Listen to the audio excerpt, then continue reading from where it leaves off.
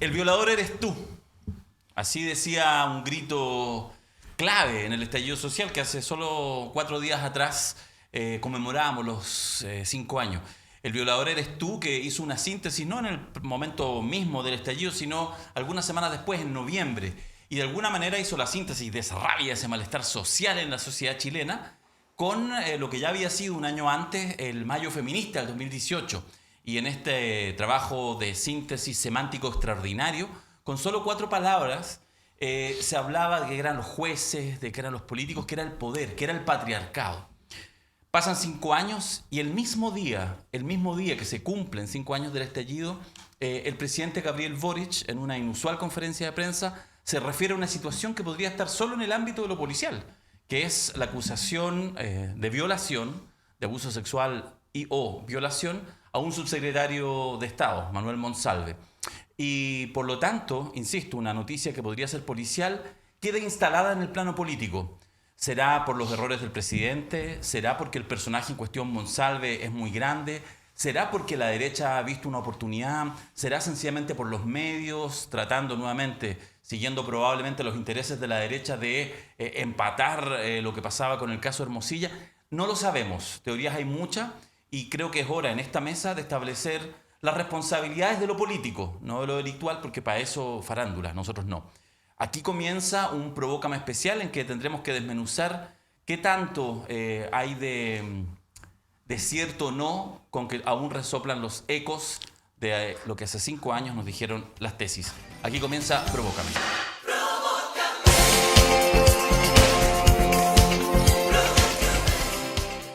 Ya, empezamos con la patita arriba. ¿Cómo está? Obvio que me iba a preguntar a mí primero. Obvio. Obvio que iba a empezar conmigo primero. Y está bien, está bien. Hoy día temen golpes ideológicos, políticos. Acá, como dijo los Rejola, estamos para pecho a las balas. Pecho a la pala. No, aquí todos estamos desde nuestras respectivas posiciones políticas, por supuesto, pero estamos básicamente desde lo que... No nos tenemos que hacer cargo de pelotudeces. No me voy a hacer cargo No, de absolutamente nada, sino que voy a seguir con mi misma línea con todos los personajes políticos que estén en este país. El guionista de Chile, Marco Barraza, impresionante. Impresionante. O sea, más allá de de que entremos al tema, el guionista de Chile es una locura. O sea, toda la semana... ¿Qué Pasa algo nuevo. O sea, sí, el país está altamente acontecido, no disminuye los hechos disruptivos. La ciudadanía por lo mismo está altamente expectante y sigue esto construye climas de opinión. Pero en un caso de una denuncia tan grave, a propósito de la introducción que hiciste, Darío, hay que ser, en mi opinión, una palabra que yo suelo usar, lo más ponderado posible respecto de la valoración de los hechos y de las proyecciones políticas. Con un elemento que en mi opinión es clave, no festinar, porque estamos hablando frente a una denuncia seria de abuso sexual y o violación, y por lo mismo el análisis tiene que ser bien maduro, bien maduro. Fíjate que eso que señala Marco en esta primera conversa, Rodrigo, Valeria, se los digo todo, es importante porque además lo que suele suceder, bueno, y está bien, digamos, hay un margen en que eso sucede, que es como de la dinámica, los memes que te llegan, los stickers, el tema de los pisco sour de Monsalve, más encima con la situación que nos enteramos ahora hace algunas pocas horas atrás de la acusación que pesa sobre Jorge Valdivia, entonces que tiene una dimensión de farándula, no tiene nada que ver con lo otro. Pero es verdad que es como difícil entrarle al tema y es difícil justamente ponderar, hacer la evaluación de lo que corresponde, lo político, lo policial y hasta en este caso lo trivial, incluso lo humorístico. ¿Cómo estáis, Rodrigo? Muy bien, buenas noches. Sí, evidentemente estos son los casos más difíciles de evaluación porque desde el punto de vista penal se da una paradoja y voy a decir algo descriptivo. Lo que voy a decir, no me gusta lo que voy a decir, pero es descriptivo. En los delitos sexuales hay subestimación de denuncias, es decir, hay muchas mujeres que no denuncian, pero al mismo tiempo es donde los delitos que más imputaciones falsas hay. En consecuencia, esa paradoja es lo que hace que este caso o que este tipo de casos sean sumamente cuidadosos de tratar. En donde, de manera evidente, hay que partir creyéndolo a las víctimas, eso como piedra filosofal de un caso de abuso sexual. pero al mismo tiempo dejando que la investigación fluya y que la investigación sea la que determine responsabilidad. Y el guionista de Chile está desatado. Po. Cubillo pareciera que fue el año pasado, cuando no te podemos olvidarlo de cara al sábado y el domingo, que son las elecciones. Y Valdivia se pegó una performance, Jorge Valdivia, el ex mago Valdivia, más o menos parecía a Monsalve, al parecer. El domingo de la noche, sí. Yo quiero agregar algo antes de ir de lleno hacia el corazón del conflicto, porque si bien hoy en día el conflicto se ha generado más por unas salidas comunicacionales, ¿cierto? De gobierno, del oficialismo, diputados de PPD diciendo que el gran problema del gobierno es el mismo presidente, ya. La sartalada de salidas comunicacionales que ha complicado más la situación. Primero, quiero decir algo que es la línea política de salida de la oposición. Primero, quería recordar acá el programa, algunos tweets. Primero, una de las que ha salido más a atacar al gobierno ha sido Camila Flores, diputada. Y que dijo, tuiteó el 2014, mujer denunció que fue violada mientras estuvo detenida en dictadura. Se acordó después de 40 años. Camila Flores, diputada actualmente, y Johannes Kaiser, que dijo un 62% de las mujeres tienen la fantasía de ser violada y al mismo tiempo salen a la calle a protestar. Eso lo dijo en el 2018. Entonces estamos viendo estos personajes que tienen nulo tipo de conciencia sobre las víctimas que han sido de agresión sexual, hablando y intentando pegarle al gobierno respecto a estas circunstancias. Yo creo que esos personajes, sumando a Mónica Rincón y hablando de Cubillos también, que habla sobre ética, la que recibía 17 millones mensuales, quédense callados un rato y guárdense, porque no son quienes para poder venir a hablar sobre esto. Y lo segundo que quería hablar respecto a la mujer, ¿cierto?, que denuncia, yo fui súper clara en el momento en que salí, entendiendo que también soy parte del Comité Central del Frente Amplio, tengo una vocería importante también en la representación política, pero fui clara en el momento que salió esto. Independiente de lo que haya salido los antecedentes, me daba lo mismo. Porque acá dije, los abusadores y violadores en nuestro país tienen que recibir su condena, ¿cierto? No se defienda ninguno, cero tolerancia con estas personas. Muchos de los que comentaron también en mi publicación, independiente de su sector político, era, pero no hay pruebas aún. Siempre lo he dicho, a mí me da lo mismo. Ya denunciar es un acto de valentía importante para las mujeres hoy en día en este país. Imagínense lo que significa denunciar a un subsecretario que está encargado de las policías en este país. No es fácil hacerlo. Y lo lamentable y doloroso, puedo decirlo como mujer, doloroso de ver, fue que en la noticia La Tercera, que sale con esta información, dio mucho detalle de quién era la víctima. Pueden no decir el nombre de la víctima, pero hablaron sobre asesora, hablaron de su edad, su profesión, y muchos comentaron así como diciendo, solamente investigué y sé quién es la persona solamente por el sueldo que tenía la persona, porque está en transparencia. Entonces, imagínense la exposición que hoy en día tiene la víctima respecto a esta materia. Y ojo, algo que a mí no me gustó respecto a Monsalve.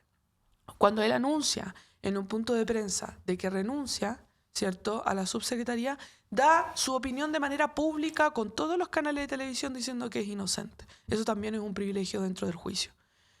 Porque tiene todas las ventanas para poder decir yo no he cometido ningún delito y voy a defenderme en tribunales. Ese espacio no lo tiene la víctima. Y eso es injusto y está en desmedro de lo que es la víctima. Eso yo quería mencionarlo antes porque creo que independiente de la sobreexposición de lo que pasó en estos días frente a una mujer que denuncia una agresión, aún así espero comunicar que todas las mujeres, independiente de quién sea su agresor, tienen que tener la confianza de poder denunciar. Y llamo a los espacios de comunicación no dar tanto detalle y tener como prioridad la protección de la víctima. Si quieren al agresor, golpéelo todo el rato, pero protejan a la víctima en todo ámbito. ¿Puedo hacer antes de que Marco, que de hecho quisiera en su calidad de exministro, quiero disectar el animal de la reacción del gobierno políticamente? Que es lo que yo creo que deberíamos hacer en este programa. Yo creo que hay que ser bien riguroso en el método de análisis. Porque martes en la tarde saben, jueves en la mañana se toma decisiones con lo complejo que es una denuncia de violación y de abuso sexual en la interior de una repartición. No me parece tanto tiempo para reaccionar. Mira, un día. Yo quiero plantear lo siguiente. Discrepo contigo, Y, pero lo diré después. y le he dado vuelta a propósito del método para analizarlo. Yo creo que frente a una acusación tan grave como la que pesa sobre el ex subsecretario Manuel Monsalve, ninguna reflexión orientada a relativizar o a atenuar es plausible. Indistintamente de que tenga la condición de una imputación y que aún no está verificado, Por supuesto. pero tiene tal gravedad, tal magnitud en términos del delito que se le imputa, que relativizar, atenuar en el discurso no solo no es prudente, sino que es contrario a la dignidad de la presunta víctima. Y eso hay que cautelarlo siempre. En segundo lugar, yo creo que ninguna autoridad, como es el caso de un subsecretario, puede estar imputado de un cargo de esas características y ejercer el cargo de subsecretario. Y en ese sentido, creo que el Ministerio Público tiene la responsabilidad por la víctima o la presunta víctima, por el debido proceso, pero también por razones de Estado, por ponerlo en términos bien institucionales y políticos, de ser altamente prolijo, diligente y cautelar en todo momento la protección y la resignificación de la presunción de agresión, de la presunta agresión de la víctima y de la familia. Ahora, yo creo distinguir lo que son conductas individuales de la reacción que el gobierno ha tenido, porque yo desapruebo la conducta que ha expresado el subsecretario o el ex subsecretario. A mí me parece que lo que se ha conocido en los medios de que conoció las cámaras, las grabaciones, eso claramente no asegura igualdad ante la ley. O sea, suena horrible. Claro, entonces Hay no, una línea explicativa, en todo caso. pero mira, yo creo que el punto de No, vista... pero ya lo dijo el ex fiscal Gajardo, se lo huevan hasta las el cosas. punto de vista es ciudadano. O sea, no es atendible que en una imputación yo me esté observando a propósito de cautelar algo. Es que lo que dijo Luis Cordero no es menor. Pero déjame, Ministro de Justicia. Sí. déjame terminar. Ya, de ahí vamos a lo de Cordero. En segundo lugar, yo creo que las simbologías no fueron para nada buenas, empeoraron. Esto de haber privilegiado el entendimiento con la familia por sobre el Estado en el ejercicio del cargo no corresponde, porque se generó una latencia de tiempo inadecuada. Sí. Lo que correspondía en términos de la investidura del cargo era asumir la responsabilidad rápidamente y no dilatarla. En segundo lugar, el haber tenido una alocución en la propia moneda, como señalaba Valeria, tampoco es razonable, porque la simbología de autoridad es muy potente y corresponsabiliza al gobierno de algo que no es responsable. Y en tercer lugar, si se sabía de la denuncia y haber expuesto en el Congreso, no es baladí, porque perjudica a las instituciones del Estado y convierte una imputación que es individual en un problema político. Distinto es el reaccionar del gobierno. Yo creo que, a diferencia de lo que han dicho muchos detractores, frente a estas... Lo primero es que yo me imagino que una denuncia de estas características perturba a cualquier institución, a cualquier orgánica, a cualquier organización, porque golpea muy fuerte en principios y en valores.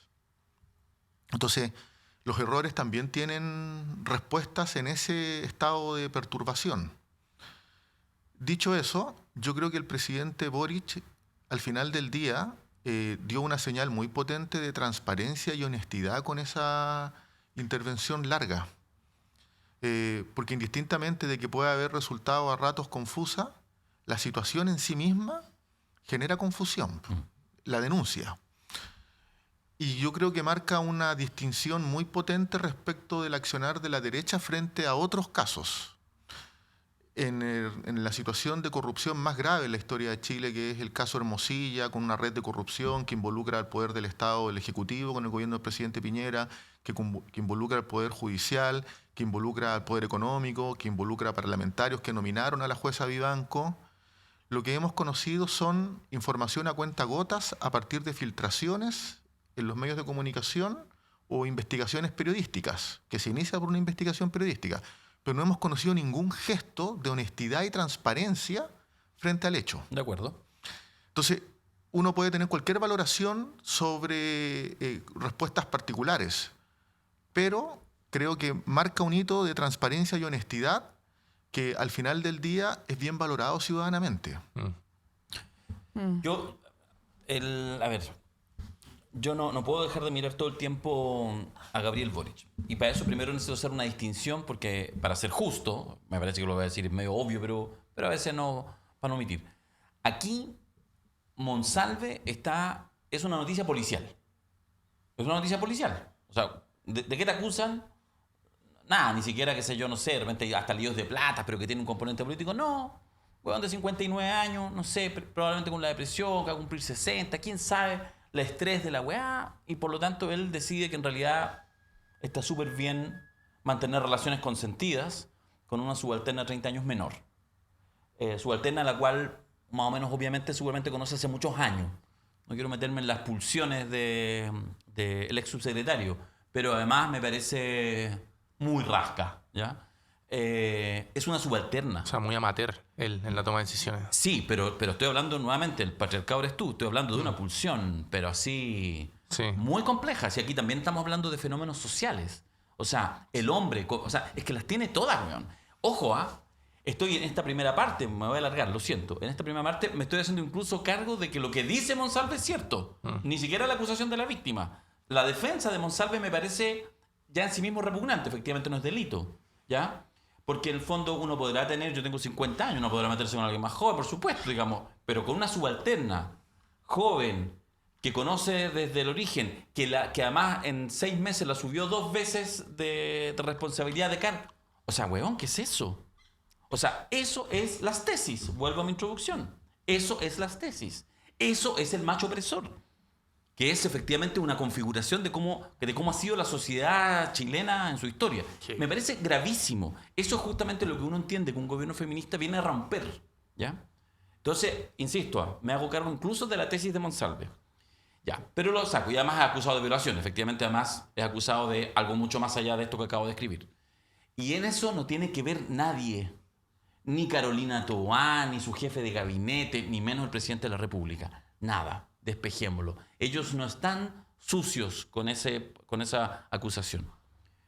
Pero en el minuto en que ellos se enteran, sí ejecutan distintas cosas. Y ahí creo que yo estaba repasando, me he decepcionado mucho del presidente, al cual soy bastante crítico del actual del presidente, porque además me parece, desde mi rol de analista y un tipo de izquierda, que estoy para cualquier cosa que me invitan a participar, cuando hay que ayudar, estuve aportando en la segunda vuelta, etcétera, por supuesto.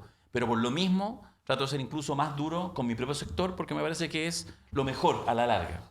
Aunque evidentemente eso no se entiende muchas veces en ese mundillo.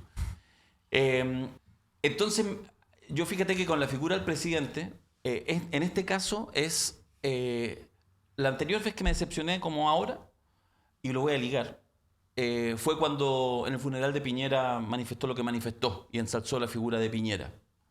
En un ejercicio además que uno lo entiende en el señor de la esquina, digamos que en el fondo es que todo muerto fue bueno.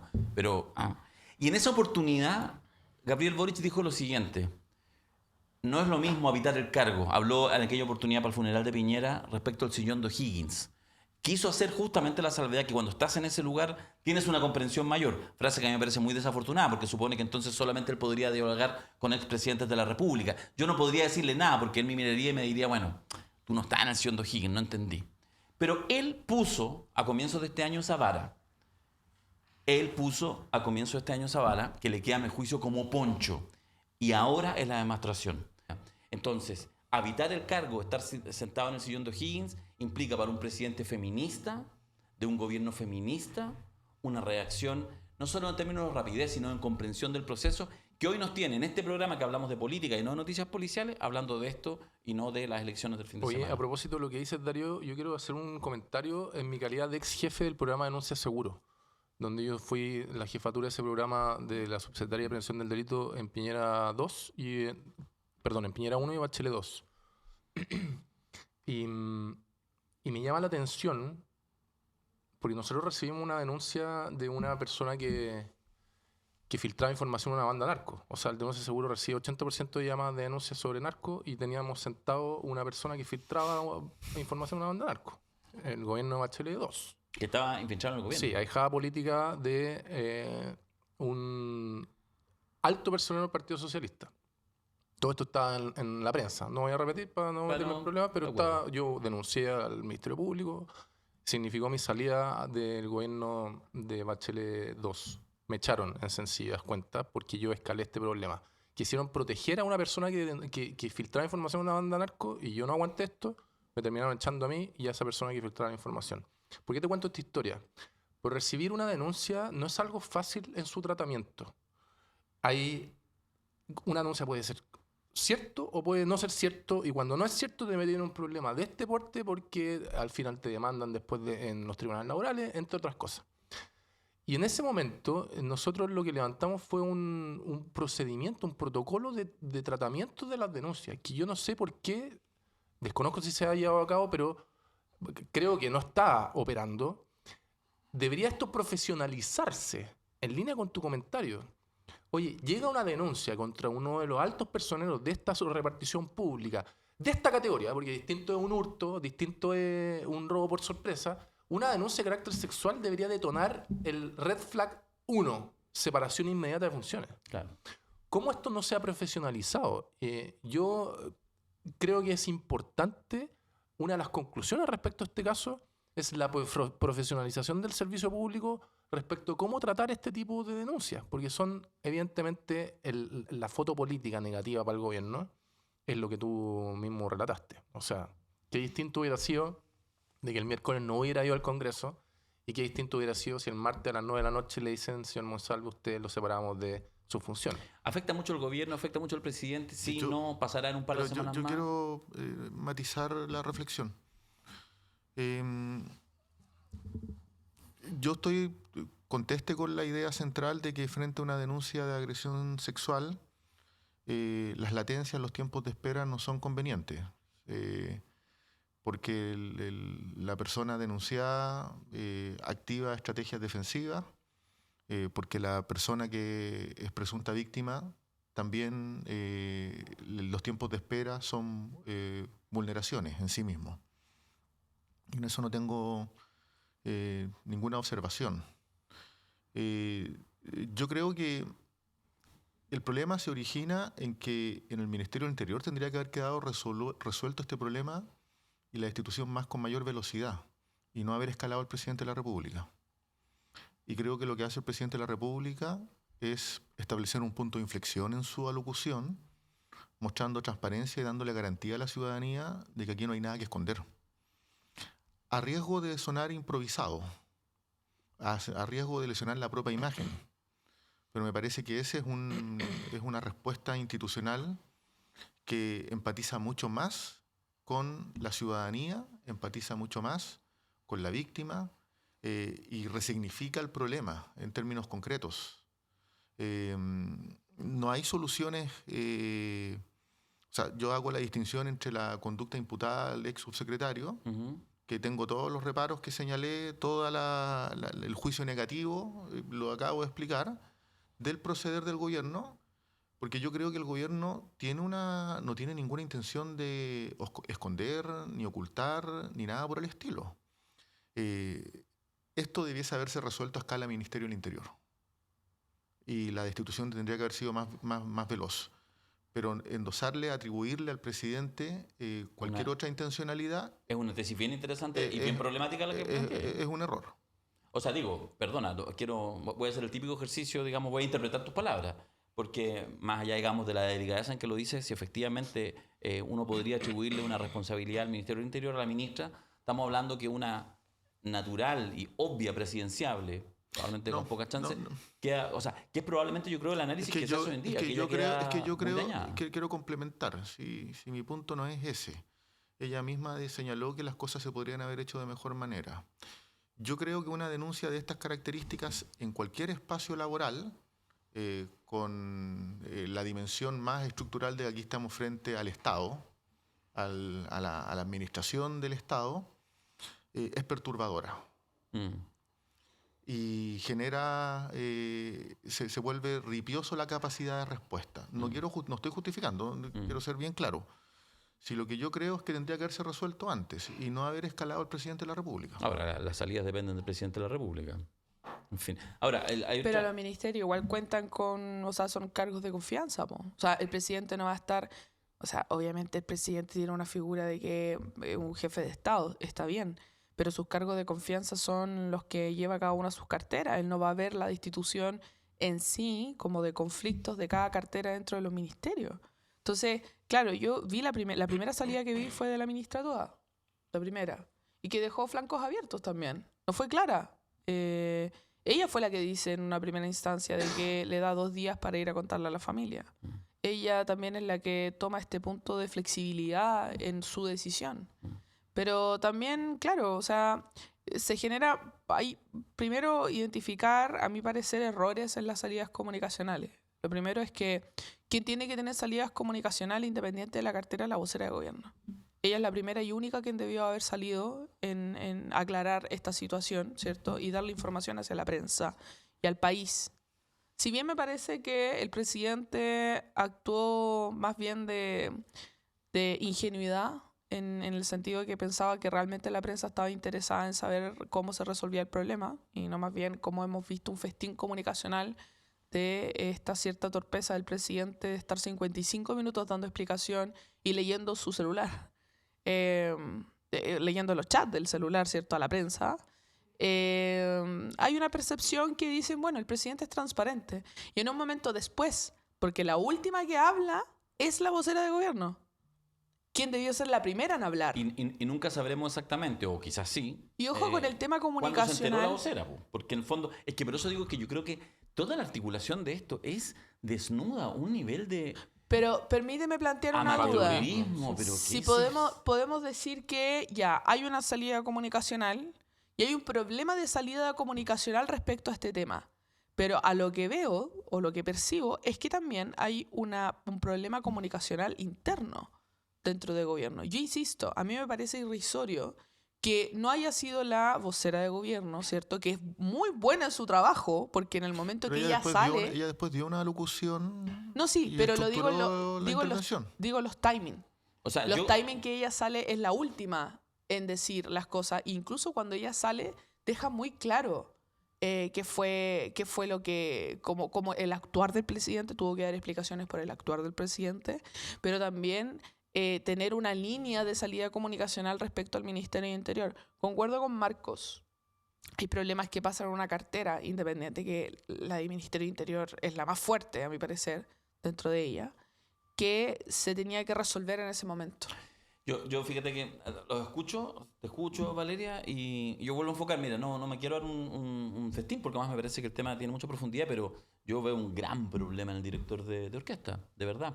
Yo no suscribo, sobre todo por el lugar del que lo dice, las declaraciones que se ha hablado mucho del diputado del PPD, Raúl Soto, que fue ministro, que fue presidente de la Cámara, y que lloraba cuando dejó de ser presidente de la Cámara, porque incluso hizo una jugada que no le salió para tratar de que prolongara. Él fue el primer presidente de la Cámara de este periodo, le tocaba a Carlos Cariola recibió todo el odio post-rechazo, y Raúl Soto hizo todo lo posible para que resultara ese odio contra Carlos Cariola y que finalmente quedara como una especie como tierra de nadie. Él tenía la esperanza de seguir como presidente de la Cámara de Diputados. Esto es sabido, digamos, en fuente, se sabe, como se dice, y habla un poco de la magnitud del personaje, es decir, pobre. Y por lo tanto se está haciendo un punto. Dicho esto, para no emporcarme en el mismo barro, pero me meto al barro igual. Es decir, lo que hay una serie de actuaciones del presidente que yo creo que efectivamente siempre le reportan en un cierto nivel a él, pero después son otros los que tienen que andar arreglando las cagadas. Yo me pierdo en esto. Fíjate que mira, Porque- lo que dice Valeria, el tiroteo, lo que dice Valeria, yo creo que es cierto. Yo creo que probablemente hay un espectador menos politizado que mira esa conferencia de prensa o se entera de esa conferencia de prensa, le cuentan la historia, ve la imagen del presidente reprendiendo a la jefa de prensa, a la encargada de prensa, y por supuesto, claro, hay una cierta lectura, sí, mujer, un poco, pero tampoco fue especialmente agresivo ni nada. Pero mucha gente dirá, bueno, está bien, que el presidente hable. O sea, yo creo que efectivamente él gana. La pregunta es si con esa acción gana el gobierno. No, no y ahí gana. no gana el No, gobierno. no gana el gobierno. No gana Pero el gobierno. No gana el gobierno. El presidente supo el martes en la tarde-noche, y yo creo que fue torpe el jueves, pero fue torpe porque fue extremadamente transparente Fue el viernes. el viernes, y creo que la transparencia es una virtud en sí misma. Y creo que envejecerá bien la forma en que el presidente intenta dar una muestra de que se discuta todo lo que se tenga que discutir por transparencia respecto de una denuncia sumamente grave. Y creo que eso va a envejecer bien. Pero yo suscribo tu crítica. La crítica a la institucionalidad entre el Ministerio del Interior y la Presidencia de la República para el tratamiento de la información entre el martes en la tarde y el jueves viernes, respectivamente. Mira, fíjate que hay una cosa, lo quiero concatenar, incluso ir saliendo un poco el tema, pero no saliendo la crítica, digamos, a la gestión del oficialismo. Aquí dice del oficialismo más que el gobierno. Fíjate que la crisis de Monsalve, que aparece el día jueves a mediodía, aparece 2 horas después de que el presidente estaba tratando de instalar un punto en el cual seguramente se iba a montar varios días, y que son esas salidas medias complejas del presidente, pero que tienen su qué. Empezó a criticar, a propósito de la salida ni siquiera hemos hablado de eso, de que el día miércoles, votación mediante en el Senado, se formaliza, digamos, se hace real la acusación constitucional y por lo tanto la salida del Poder Judicial de Ángela Vivanco y de Sergio Muñoz.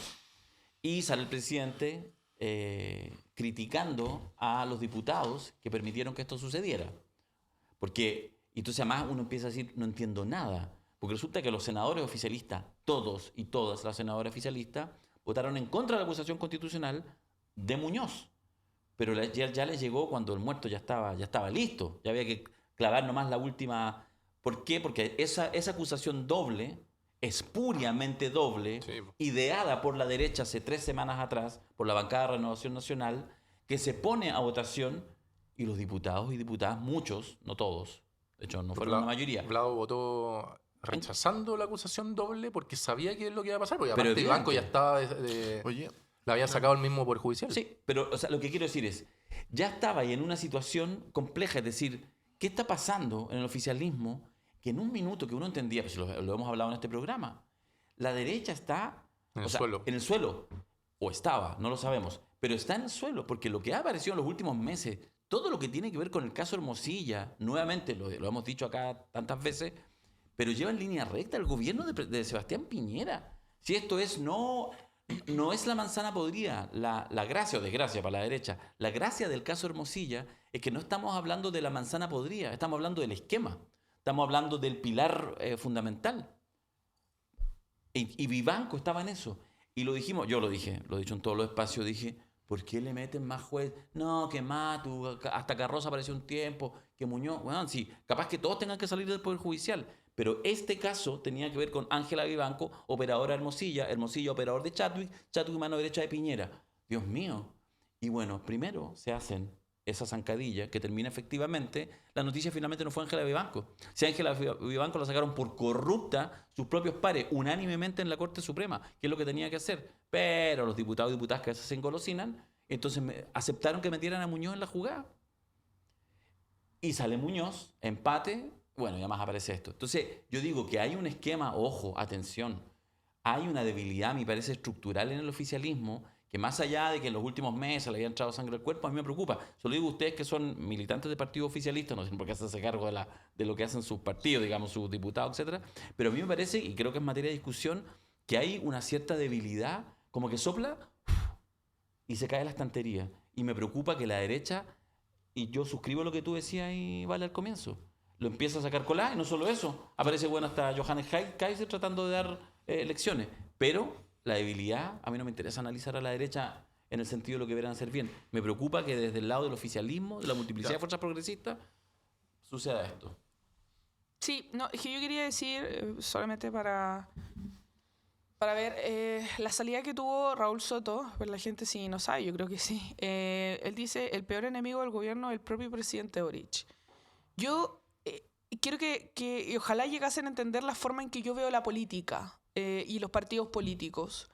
Cuando tenemos parlamentarios o presidentes o ministros que son de mi proyecto político, que firmaron por el Frente Amplio, cada actuar público que haga, uno como militante también es responsable.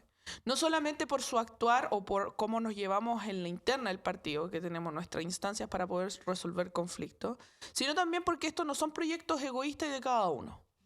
Y creo que Raúl Soto da esta señal. Da una señal que se desconoce ya de qué partido proviene, sino que él quiere recalcar que es Raúl Soto. Y él es una carta y esto...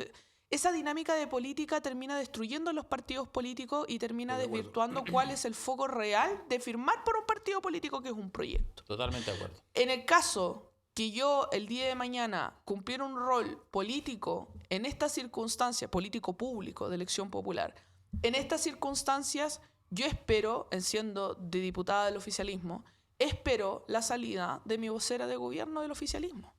Espero a que me den la indicación de cómo hicieron todo este estudio, cuál es la salida comunicacional, ser estratégico frente a esta protección de la información verídica respecto a esto. Porque cuando se abre y cada uno quiere salir a opinar respecto al tema, como lo hace Raúl Soto, para quedar bien frente a una población pequeña, porque este político, hay gente que en verdad afuera no tiene idea, más en estos periodos de campaña no tiene ni idea realmente de lo que está pasando, pero quedar bien frente a una figura pequeña. Piensan, cafecito, por favor. Piensa, para refrescar mi garganta y seguir hablando. Sí. Pero piensan que son proyectos propios y acá está lo erróneo. Entiendo que tienen la necesidad de que pronto se van a venir las presidenciales y quieren destacar de alguna manera. Pero este actuar de pegarle al presidente de la República, siendo tú parte del oficialismo, es un acto egoísta. Es muy discreto, Raúl Soto. Y muy no, discreto, Soto. No entender discreto. También lo que significa ser parte... ¿no? Perdón, vale. Es ser parte también del oficialismo, ¿ya? Y ahí en ese sentido hay un desorden. Se ha visto normalmente en el transcurso del oficialismo desorden en las votaciones. Ahí puede ser diferente en materia legislativa. Puede ser diferente, respeto esa diferencia. Que Vlado vote una cosa, que el Frente Amplio vote otra, está bien. Ojalá votasen como cuadro bancada, sería lo ideal, pero eso tampoco pasa por su representación por regiones, entiendo. Pero no salir a pegarle al presidente. Yo entiendo y me parece bien lo que dice Rodrigo, cuando dice que esto va a envejecer bien. Claro que va a envejecer bien, pues.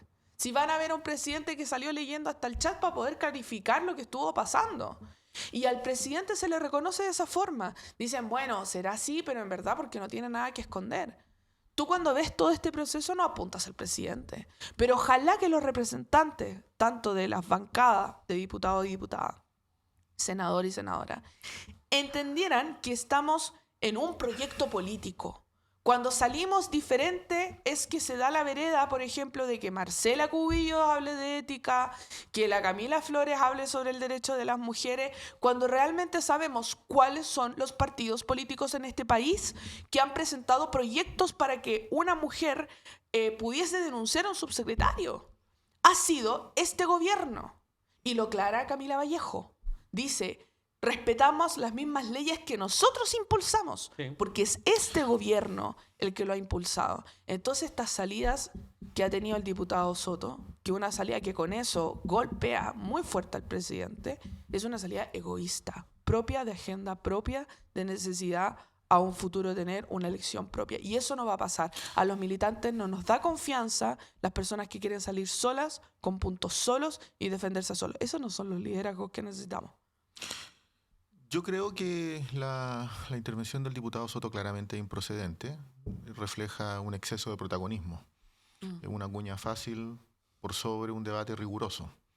Y muestra que en general todas las coaliciones, en este caso 2 coaliciones de orígenes diferenciados que convergen en un mismo proyecto, siempre tienen fragilidad frente a eventos disruptivos. Y lo quiero plantear porque, el buen estado de salud del gobierno del presidente Boric durante el 2024 se explica por los propios errores de la derecha, sin duda, que está enmarañada con un caso de corrupción de envergadura de Estado, pero también por la capacidad que el gobierno del presidente Boric ha tenido de ir reestabilizando el país, impulsando una agenda que no tiene correlación de fuerzas en el Congreso.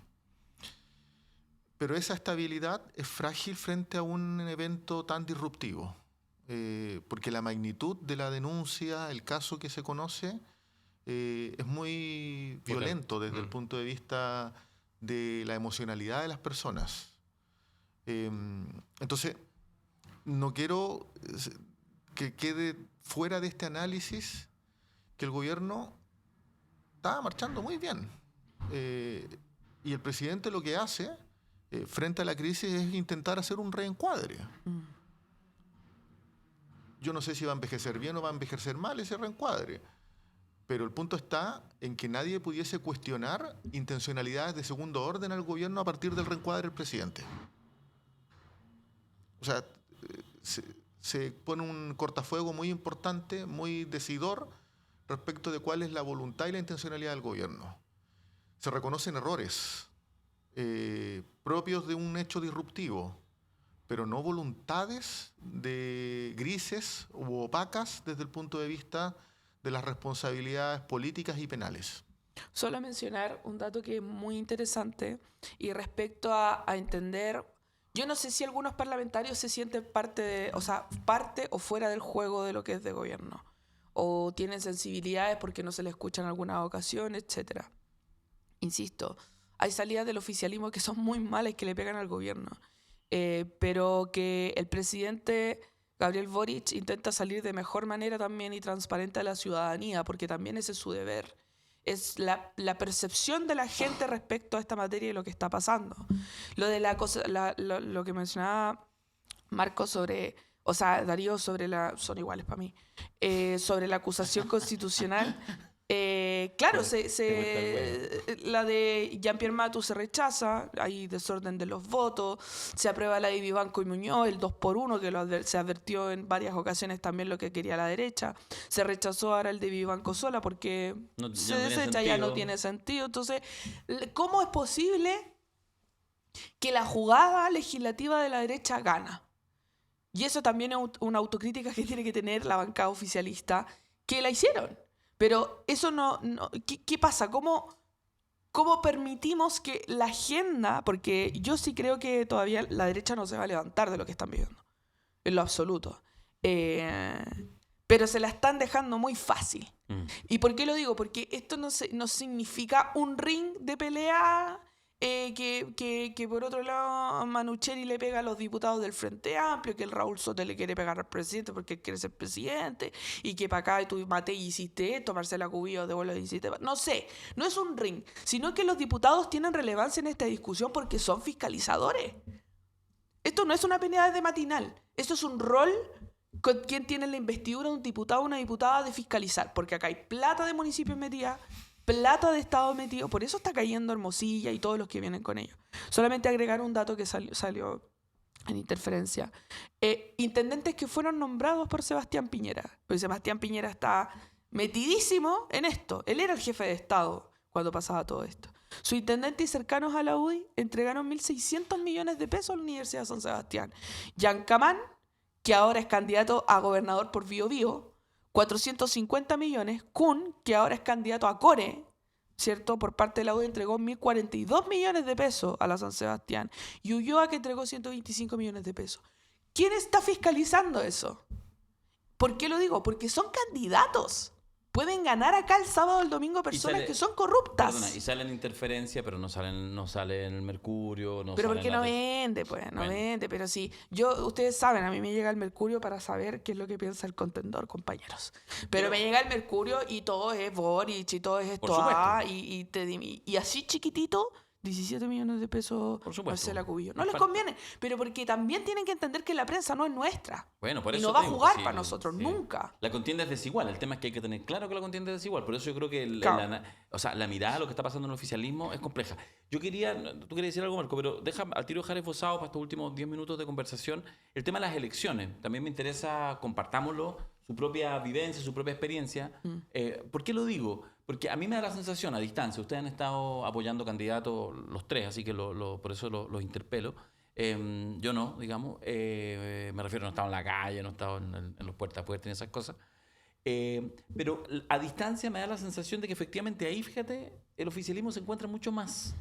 me ha parecido en general una campaña como bastante unitaria, más allá, ¿te acordáis que hubo hace un año atrás? Todavía había como ciertas dudas, pero como que más o menos como que se ordenó la cosa y uno ve candidaturas desplegadas, ve bastante fuerza y ve, yo creo, bastante energía y ánimo en las fuerzas del oficialismo de que les podría ir bien. Hace 6, 8 meses atrás se suponía que esto iba a ser para la derecha coser y cantar. No lo sé. ¿Cómo lo viven ustedes? Porque ahí también hay una mirada que de repente no es la de las declaraciones rimbombantes de diputados, de apuestas de diputados. Oye, yo quiero hacer un comentario a propósito de la discusión de este caso tan grave, antes de abordar lo que señalas. Yo creo que hay que poner en contexto las intenciones, las conductas. La derecha trató de suspender la semana distrital con un claro aprovechamiento Obvio. político y poner en contexto y en mirada longitudinal la reacción de un sector frente a una denuncia tan grave versus la reacción de otro sector. Es razonable para no ser autolesivos tampoco No. respecto a intenciones del progresismo y de la izquierda. Y lo quiero señalar porque frente a la denuncia de agresión sexual del papá del senador Macaya, Condenado. que hoy día está condenado, cuando la discutimos aún estaba abierto el juicio, y que el senador Macaya decide ponerse del lado del victimario, así sea su padre, Durante un año. y no ser consistente y coherente con la responsabilidad que tiene como autoridad pública, observante y mandante de las leyes, claramente hay una diferencia. Absolutamente. Y esa diferencia es importante, o sea, porque uno puede discutir de errores respecto de cómo el gobierno ha actuado en esta situación, Pero no de errores. pero no de errores. Totalmente de acuerdo. Y eso, en mi opinión, tiene que quedar muy bien asentado. Sí, es importante lo que dice. Lo que pasa es que, bueno, nosotros no subestimamos a quienes siguen el Provoca y por lo tanto les ofrecemos una discusión dura, inteligente, pero indudablemente que todo lo que hemos hablado, la manipulación mediática, etcétera, y los fácticos y la manera justamente incluso con este tipo de delitos o de acusaciones de cómo actúa una parte importante de la derecha, pero los fácticos y el resto los dejan silenciados. Bueno, Es que nos duele. sí, pues. Yo creo, y lo voy a decir acá como militante feminista del Frente Amplio y parte defensora obviamente de este gobierno porque soy parte de este proyecto, duele, po. Lo digo en el sentido en que nosotros tenemos el proyecto feminista, nosotros presentamos proyectos de ley para proteger a las víctimas y a nosotros nos duele cuando hay una mujer que denuncia a alguien que es de nuestra fila y que tiene que irse, porque realmente como políticos nos molesta, nos duele, toca sensibilidades, pero cuando a la derecha le tocó un padre del senador Macaya que abusó de menor de edad, a ellos no les duele, les da lo mismo, porque es habitual para ellos. Han defendido anteriormente abusadores de menores. No les duele que uno de sus filas golpee a otra mujer. En lo absoluto, intentan taparlo, no es relevante, porque pasan en sus filas también. Entonces, es diferente y por eso nosotros mismos podemos caer en intentar dar explicaciones porque duele cuando eso se ve dañado. Hay una gran diferencia abismal entre los proyectos que tiene la derecha y los que tiene la izquierda hoy en día. Les pido una reflexión. Obviamente Rodrigo estará muy interesado, sacará sus cuentas. Las primeras cuentas que va a sacar ese día es cómo le fue a los candidatos liberales, va a mirar la cosa. Marco hará lo propio seguramente con la gente del Partido Comunista y Valeria del Frente Amplio. Ya, pero más allá de eso, esta elección también abre o cierra la posibilidad si la elección presidencial, más bien, insisto, se abre o queda más bien cerrado para la derecha, que es lo que se supone que debiera ser, o así lo veníamos conversando, digamos, hace, insisto, un año atrás. ¿Ah? Sí. ¿Cómo lo han visto? ¿Cómo habéis visto la calle? ¿Cuáles son tus expectativas para lo que va a pasar el sábado y domingo, Rodrigo, Mi Marco? expectativa es positiva para el sector que representamos, la Vale, Marco y yo. Primero, poniendo un elemento matemático, y es que el oficialismo va en una coalición única y la derecha va, si no me equivoco, partida en 4. El Frente Social Cristiano, Republicano, Chile Vamos, y me falta uno. Yo le pondría al Partido de la Gente, que me parece que no practica un partido de derecha. Y Demócrata y Amarillo. O sea, mira, de hecho... 5. Entonces, de manera matemática, debería tender a que el oficialismo le va mejor en el contexto de las alcaldías. Pero el Marco, mejor que nosotros, debe saber, y ahí puede explicar, entiendo que esto se mide en pactos de concejales. como que los votos de concejales son aquellos que permiten aquilatar la real potencia de un partido político o un Son el sector. mejor predictor, El mejor predictor. en términos de la fuerza, el incremento, la disminución. Claro, pero sí, ojo, pero en el fondo lo que yo estoy diciendo está bien, eso es un dato, pero en realidad lo importante, porque a veces pueden ser incluso cosas espurias, lo importante es cómo tú ese día en la noche y al día siguiente te tomas la agenda y apareces como ganado. ¿Cómo en el fondo le entra Yo quería terminar mi intervención, que este programa ha hablado poco, recordando que el Partido Liberal, al cual represento yo, es la primera vez que llevamos más de 1000 candidatos concejales. O sea, para nosotros una elección es un punto de inflexión bien importante. Es harto 1000 candidatos, fuera de cualquier... Efectivamente, es un número que es inédito en la historia del partido, en conjunto con el Frente Regionalista Verde y Social. Pero sobre todo, yo creo que pierda Iván Poduje y los candidatos del programa Sin Filtro, como Francisco Rego también. ¿Y sabe por qué?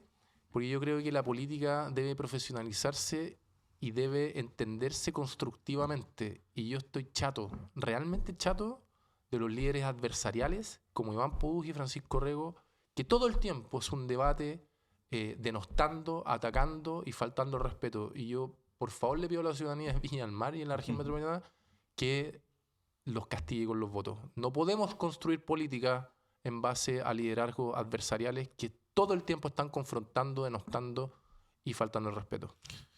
Mira, yo creo que nos va a ir bien en las elecciones municipales y de gobernadores regionales. Creo que más bien en las municipales que las de gobernadores, porque en el caso de las alcaldías y a propósito también de la constitución de los subpactos de concejalas y concejales, prevaleció y primó la unidad. Y eso habla de las capacidades propias de la izquierda, el progresismo, de las fuerzas democráticas. Creo que la campaña se ha desplegado y ha ido de menos a más en términos de cohesión, de la transmisión de una idea fuerza que es revitalizante desde el punto de vista de la calidad de vida de las personas. Creo que también en esto las debilidades propias del adversario son muy determinantes, y en este caso el que la lista de la derecha se haya particionado en 4 listas distintas en los hechos, más los independientes, pero agregando también la mala evaluación ciudadana que existe respecto a su condición de sector involucrado, porque es el sector en la corrupción. La ciudadanía tiene claro eso, no es que sea una persona en particular. Estamos hablando de una maquinaria que está pensada desde el punto de vista del gobierno del presidente Piñera y que de manera fáctica parcializó la justicia. Entonces, eso, yo creo que si hay algo que la ciudadanía tiene aversión, es a que no existe igualdad ante la ley. Ese es un valor de la sociedad chilena. Se valora mucho. Y eso pega especialmente en un clima de opinión adverso hacia la derecha. Entonces yo creo que va a haber un buen resultado. Tengo expectativas de que en el caso del Partido Comunista, donde llevamos alcaldías, vamos a triunfar. En el caso de la Comuna de Santiago, en el caso del Espejo, en el caso de Recoleta, en el caso de Antofagasta, donde tenemos la Florida. La Florida estamos dando una disputa muy importante con la derecha, entonces creo que el resultado va a ser positivo. Yo, antes de y comunicarme con la gente con esta información, que es importante al momento de saber por quién votar en el municipio, en las concejalías, en los cores y en las gobernaciones. De la corrupción en Chile, en municipales, todas las municipales que hoy en día están investigadas por corrupción, la lidera la derecha. Son 21 municipios que son de la UDI y 11 municipios que son de Renovación Nacional. Eso en la región metropolitana, donde están disputando, ¿cierto? El 70,6% de las municipalidades con casos de corrupción son de derecha. Entonces, por tanto, hay que votar con personas que realmente, especialmente compañeras que van a la reelección, que han hecho un excelente trabajo en los municipios. Primero, la reducción de las deudas de los municipios anteriores porque están tapados en corrupción, como en el caso de Iracy Hasler, de Emilia Río, Macarena Ripamonti, que son las candidatas que van a esta reelección, ¿cierto? Carla Adman en Valdivia, porque hacen una pega transparente. Y creo que ese sentido, esa sensación que, por ejemplo, mostró el presidente intentando mostrar todo hasta el celular, también se refleja esa sensación en los municipios que quieren ser transparentes con las gestiones que hacen. Y para retribuirle eso también a la gente. Pero no olviden este fin de semana que el 70,6% de los municipios que están investigados por corrupción son de la derecha. Y es muy importante el mensaje que van a dar. A mí me interesa saber qué va a pasar en Puente Alto, porque no se ve bien el panorama para la Carla Rubilar. Hay un candidato que, Matías si bien yo Toledo. tengo mi candidato del oficialismo, Matías Toledo parece que está dándole la pelea dura a la Carla Rubilar. Eso está interesante. Macarena en los últimos debates terminó pegándole muy, muy evidentemente a Poduje. No, la Poduje ha sido lamentable. Él demostró ser bastante absurdo porque les voy a contar una anécdota muy chistosa. Y le dijeron, ¿tú repartirías el libro? Nicolás creo que tiene 2 papás, no me acuerdo si era Nico, tiene 2 papás. Y él dice sí. Entonces, furioso su sector, ¿cómo si son de homosexuales? Y él tuvo que hacer un video diciendo que no lo repartiría, que se equivocó porque pensó que Nicolás tiene 2 papás era porque la mamá había muerto. Pero no tiene idea de ni siquiera lo que está debatiendo en política, que es algo muy importante porque marcó algo importante en la historia de nuestro país sobre el matrimonio homosexual. Entonces no tiene idea. Y tiraron candidatos porque sí, porque había que ir a competir de alguna forma. Entonces, y por otro lado, las candidaturas que son impecables que ha tenido el oficialismo. Y yo creo que el fin de semana va a salir victorioso el proyecto de izquierda en los municipios y sí han mostrado unidad. Yo lo he visto, he volanteado en las calles con candidatura liberal, con candidaturas comunistas, Frente Amplio, porque yo insisto, cuando nos unificamos en las municipales es que todas estas candidaturas son parte también de este proyecto. Así que he ido con todos y en un ratito más tengo que ir a sacarme fotos con las candidaturas Espectacular. del oficialismo. Hasta última hora entonces haciendo la pega nos Por parece supuesto. bien. El próximo martes nosotros vamos a estar acá, ya con esos resultados. Vamos a estar ahí, comentaremos. Hay que Bueno. traer galletas ese día. No, ese día hay que traer muchas galletas, Cocaví, mucho dulce. cocaví. Vamos a ver si algunos llegan con la sonrisa al león o algunos llegan tristes, pero vamos a estar ahí para analizar. ¿No lo será que- mejor sándwich? Yo creo que el próximo También. martes Comer Sí. una sí. chorrillana. No, unas pizzas chorrillanas. yo Unas creo que- pizzas podría ser. Bueno, Comer. y en una de esas, estamos con café cargado o en una de esas estamos con un espumante ahí, pero celebrando y todo. No lo veremos, pero lo que sí vamos a hacer es lo que hacemos cada semana, que es un análisis honesto. En el caso de los militantes, todo lo honesto que puedan. En el caso de mí, hablo las guas que se me ocurren, esa es la gracia. Los invito a salirse de sus partidos. No, te huele. Únanse a los partidos políticos. No, sí, me encanta. A mí me encanta y creo que es súper importante la militancia. Obvio. No necesariamente en partidos, puede ser en movimiento, en causa. Pero cuando uno tiene una idea, agruparse. Aquí, este ecosistema de medios es también una militancia, así que Sí. cada uno de sus espacios militantes. Que les vaya bien, les deseo lo Muchas mejor a gracias. sus respectivos candidatos, que les vaya la raja, la Candidatas. quinta, los liberales. ¿Ah? Candidatas y candidatos. Candidatas y candidatos. Iba a decir una broma, Cami pero Nieto en Valpo. me va a matar este sílabo. Va a ser la primera alcaldesa de Valparaíso, Camila Nieto. Camila Nieto. Estamos En fin, emocionados. ya. Todos sus candidatos y candidatas les vaya bien y nosotros nos vamos a encontrar el próximo martes para Analizar cómo los fue. resultados. Y analizar porque cada día tiene su afán y algunos no la pueden sacar tan barato. No la pueden sacar tan barato, por favor. Ya. Gracias, chiquillos. Chao. Que estén bien. Descansen. Chao, gente. En el Los equipo amamos. técnico, Juan Eduardo Guzmán haciendo magia para tratar de resolver las dificultades. Karen Espina, que estuvo ahí en el sonido, muchas gracias a todos ustedes. Y Arte Medios, que nos prodiga de este templo del análisis y la discusión, amable como a ustedes les gusta. Nos encontramos el próximo martes. Chao.